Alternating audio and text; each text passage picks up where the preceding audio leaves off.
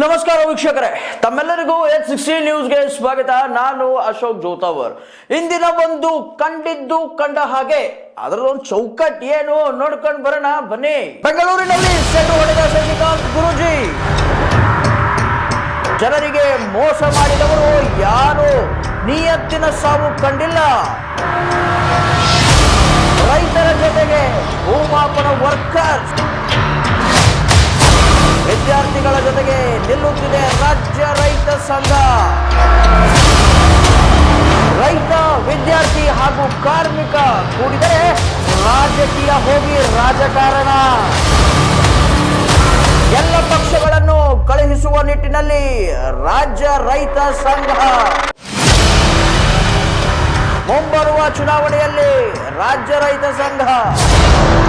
ನೋಡಿದ್ರಲ್ಲ ವೀಕ್ಷಕರೇ, ಯಾವ ರೀತಿಯಾದಂತಹ ಇವತ್ತಿನ ಒಂದು ಕಂಡ ಹಾಗೆಯ ಚೌಕಟ್ಟನ್ನ ಹಾಕೊಂಡು ಬಂದಿದ್ದೀವಿ. ಹೌದು, ರಾಜ್ಯ ರೈತ ಸಂಘ ತನ್ನದೇ ಆದಂತಹ ಛಾಪನ್ನ ಇಡೀ ರಾಜ್ಯಾದ್ಯಂತ ಮೂಡಿಸ್ತಾ ಇದೆ ಅಂತ ಎಲ್ರಿಗೂ ಕಂಡು ಬರುವಂತಹ ವಿಷಯ. ಹೌದು, ಬೆಂಗಳೂರಿನಲ್ಲಿ ನಡೆತಿರುವಂತಹ ಏನಂತೀರ ನೀವು, ಈ ಒಂದು ಭೂಮಾಪನ ವರ್ಕರ್ಸ್ಗಳನ್ನು ನೇಮಕಾತಿಗಳ ಕುರಿತಾಗಿ ಒಂದು ಪ್ರೊಟೆಸ್ಟ್ ನಡೀತಾ ಇದೆ ಬೆಂಗಳೂರಿನಲ್ಲಿ ಫ್ರೀಡಂ ಪಾರ್ಕ್ನಲ್ಲಿ. ಆ ಫ್ರೀಡಂ ಪಾರ್ಕ್ಗೆ ಹೋದಂತಹ ಶಶಿಕಾಂತ್ ಗುರೂಜಿಯವರು, ಅಂದರೆ ಖಾಸಗೀಕರಣ ಆಗ್ತಿದೆಯಲ್ಲ ವಿದ್ಯುತ್, ಅದರ ಕುರಿತಾಗಿ ಅದರ ವಿರುದ್ಧವಾಗಿ ರಾಜ್ಯ ಸರ್ಕಾರದ ವಿರುದ್ಧ ಪ್ರತಿಭಟನೆ ಮಾಡಲು ರಾಜ್ಯ ರೈತ ಸಂಘ ಹೋದಾಗ ಅಲ್ಲಿ ಭೂಮಾಪನ ಇಲಾಖೆಯ ವರ್ಕರ್ಸ್ಗಳ ಪ್ರೊಟೆಸ್ಟನ್ನು ಜಾಯಿನ್ ಆಗ್ತಾರೆ. ಅದೇ ರೀತಿ ಆ ಒಂದು ಪ್ರೊಟೆಸ್ಟ್ ಅಲ್ಲಿ ಶಶಿಕಾಂತ್ ಗುರೂಜಿ ಅವರು ಏನಂತೀರ ನೀವು, ಖಾಸಗೀಕರಣ, ವಿದ್ಯುತ್ ಖಾಸಗೀಕರಣ, ಅದೇ ರೀತಿ ಭೂಮಾಪನ ಇಲಾಖೆಯ ಎಲ್ಲ ಏನಂತೀರ ನೀವು ಕಾಂಟ್ರಾಕ್ಟ್ ಬೇಸಿಸ್ ಮೇಲೆ ಇರ್ತಕ್ಕಂಥ ಕೆಲಸಗಾರರನ್ನ ಕಾಯಂ ಮಾಡ್ಕೊಳ್ಳಿ ಅನ್ನುವಂತಹ ಮಾತನ್ನು ಕೂಡ ಹೇಳ್ತಾರೆ. ಇವಾಗ ಪರ್ಟಿಕ್ಯುಲರ್ ಆಗಿ ಶಶಿಕಾಂತ್ ಗುರೂಜಿ ಅವರು ಬೆಂಗಳೂರಿನಲ್ಲಿ ಸಿಡ್ಲು ಬಡದಾಗ ಮಾತಾಡಿದ್ರು, ಅದು ಕೂಡ ಅಪ್ಪಟ ಉತ್ತರ ಕರ್ನಾಟಕ ಭಾಷೆಯಲ್ಲಿ. ಆ ಉತ್ತರ ಕರ್ನಾಟಕ ಭಾಷೆಯಲ್ಲಿ ಮಾತಾಡಿರ್ತಕ್ಕಂತಹ ಮಾತುಗಳ ಗ್ಲಿಂಪ್ಸನ್ನು ನಾವು ನೆನೆಸ್ಕೊಂಡ್ಬಿಟ್ರೆ ಓಪನ್ ಆಗಿ ಹೇಳ್ತಾರೆ ಅವರು, ನೋಡಪ್ಪ DK ಶಿವಕುಮಾರ್ ಸಾಹೇಬ್ರೆ, ಯಾರೇ ಸಾವಿರಾರು ಕೋಟಿ ಐತಂತ ಹೇಳಿ, ಅಧಿಕಾರ ಐತಂತ ಹೇಳಿ, ಏನಾದರೂ ನೀವು ಸಾಮಾನ್ಯ ಜನತೆ, ರೈತ, ಲೇಬರ್, ಅದೇ ರೀತಿ ವಿದ್ಯಾರ್ಥಿಗಳ ಮೇಲೆ ಕಾಗಕ್ಕ ಗುಬ್ಬಕ್ಕನ ಕತಿ ಹೇಳಕ್ ಸ್ಟಾರ್ಟ್ ಮಾಡಿಬಿಟ್ರೆ, ಇಲ್ಲಾಂದ್ರೆ ಅವ್ರ ಮೇಲೆ ಗೂಬೆ ಕೂಡ್ಸಕ್ ಸ್ಟಾರ್ಟ್ ಮಾಡಿಬಿಟ್ರೆ ಬಿಡೋದಿಲ್ಲ. ಇಲ್ಲಿ ಏನಾದರೂ ನೀನು ಉಳ್ಕೊಂಡ್ಬಿಟ್ರೆ ಸಾಮಾನ್ಯವಾದಂಥ ಸಾವು ಬರೋದಿಲ್ಲ ಅನ್ನುವಂತಹ ಒಂದು ಮಾತು ಗುರುಜಿ ಇದ್ದಾರೆ. ಪ್ರವಚನದ ಮಾತುಗಳನ್ನು ಹೇಳಬೇಕು, ಹೇಳ್ತಾರೆ. ಅಂದರೆ ಅವೆಲ್ಲ ತಿಳುವಳಿಕೆಯ ಮಾತುಗಳು. ಯಾಕೆ ತಿಳುವಳಿಕೆಯ ಮಾತನ್ನ ಅಂತೀವಿ?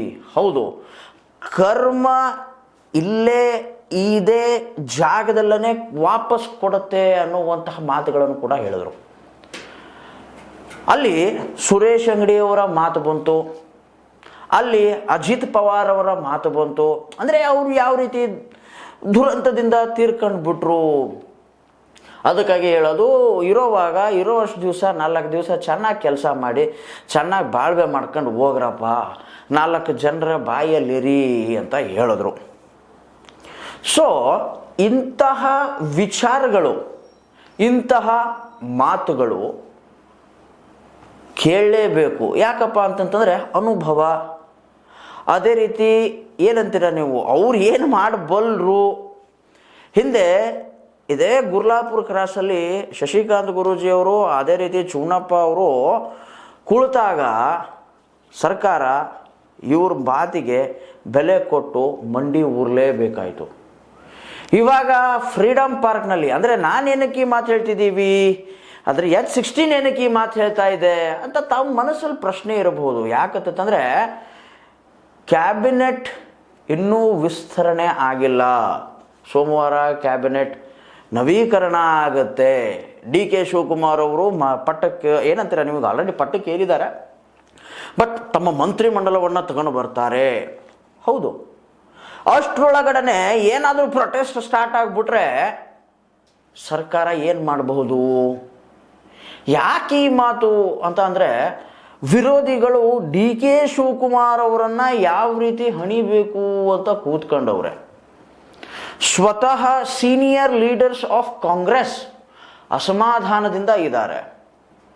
ಅಸಮಾಧಾನ ಇನ್ ದ ಸೆನ್ಸ್ ಅವರಲ್ಲಿ ಡಿ ಕೆ ಶಿವಕುಮಾರ್ ಅವ್ರಕ್ಕಿಂತ ಹಿರಿಕರು ನಾವೇನಕ್ಕೆ ಸಿ ಎಂ ಆಗಲಿಲ್ಲ ಅನ್ನುವಂತಹ ಮಾತುಗಳು. ಅಂಥದ್ರಲ್ಲೇ ಬಿಡದಿಯ ಸಮಸ್ಯೆಯನ್ನು ಬಿಡದೇ ಬೆನ್ನತ್ಕೊಂಡು ಮಾಡಿದ್ರು. ಬಿಡದಿ ಅವಶ್ಯಕತೆ ಇರಲಿಲ್ಲ, ಬಟ್ ಆದರೂ ಕೂಡ ಬಿಡದಿ ಸಮಸ್ಯೆನ ತಮ್ಮ ಮೈ ಮೇಲೆ ಹೇಳ್ಕೊಂಡ್ರು ಡಿ ಕೆ ಶಿವಕುಮಾರ್ ಅವರು. ಸಿ ಎಂ ಆಗಿಬಿಟ್ರೆ ಎಲ್ಲ ಮಾಡ್ಬೋದು, ಏನು ಬೇಕಾದ್ ಮಾಡ್ಬೋದು, ಇಲ್ಲ, ಅದಕ್ಕೂ ಅದರದೇ ಆದಂತಹ ಲಿಮಿಟೇಷನ್ಸ್ಗಳಿವೆ.